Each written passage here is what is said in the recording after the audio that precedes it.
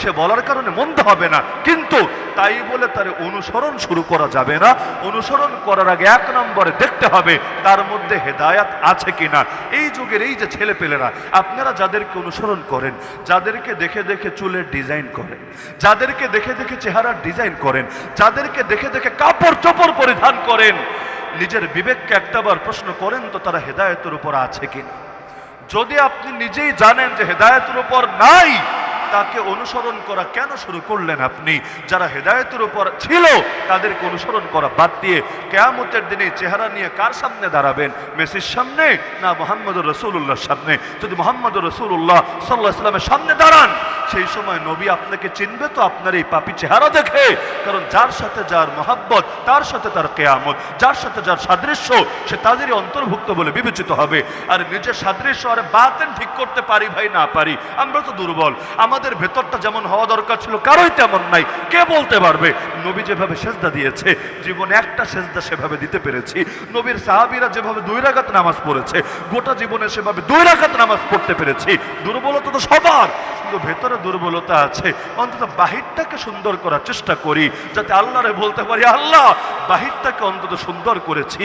এই উসিলায় ভেতরের দিকে না তাকায়া অন্তত এই বাহ্যিক সাদৃশ্যের উসিলায় আমাদেরকে এই সাহাবীদের সাথে মিলিত করো, আমাদেরকেও তাদের সঙ্গে জান্নাতে যাওয়ার তৌফিক দিও।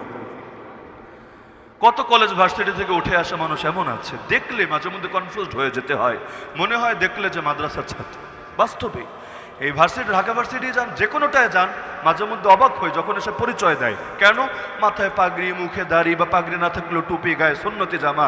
এসে যখন আমি জিজ্ঞাসা করি কোন মাদ্রাসার ফারেক, বলে হুজুর আমি তো মাদ্রাসার ফারেক না, আমি জেনারেল লাইনে পড়াশোনা করেছি, এই ডিগ্রি আছে আমার। দিল থেকে দোয়া বের হয়ে আসে, সুবহানাল্লাহ। চেহারায় এমন নূর চমকাচ্ছে, মানে মনই সাক্ষ্য দেয় যে এই চেহারা ইনশাআল্লাহ জান্নাতি হবে। তো এরকম যদি বাহ্যিক সাদৃশ্য অবলম্বন করতে পারি, এটাও তো বিরাট ব্যাপার। আর বাহ্যিক ঠিক করলে ভেতর ঠিক করাও সহজ হয়। কিভাবে বলেন তো? আপনার মাথায় টুপি আছে, মুখে দাঁড়িয়ে আছে, গায়ে জামা আছে, চাইলেও সব পরিবেশে যেতে পারবেন, সব কাজ করতে পারবেন না, বিবেকে বাধা দেবে। দেখবেন ওই স্টেডিয়ামে খেলা দেখতে যায়, সিনেমা হলে যায়, ওই সময় টুপিটা খুইলে অনেকে পকেটে নেয়।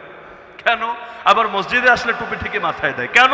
সেও বোঝে এই টুপি নিয়ে সেখানে যাওয়া যায় না। টুপিটা আঁকড়ে ধরে থাকলে সেই জায়গা থেকে বেঁচে থাকা যায়। বিশ্বাস না হলে একটু নিজেই প্র্যাকটিস করে দেখেন না, বেশি না, 1 মাস 40 দিন প্র্যাকটিস করে দেখেন। শুধু লেবাস পরিবর্তন করবেন আর কিচ্ছু না, তাহলে লেবাস পরিবর্তন করবেন, আমাদের মতো লেবাস পরে দেখেন।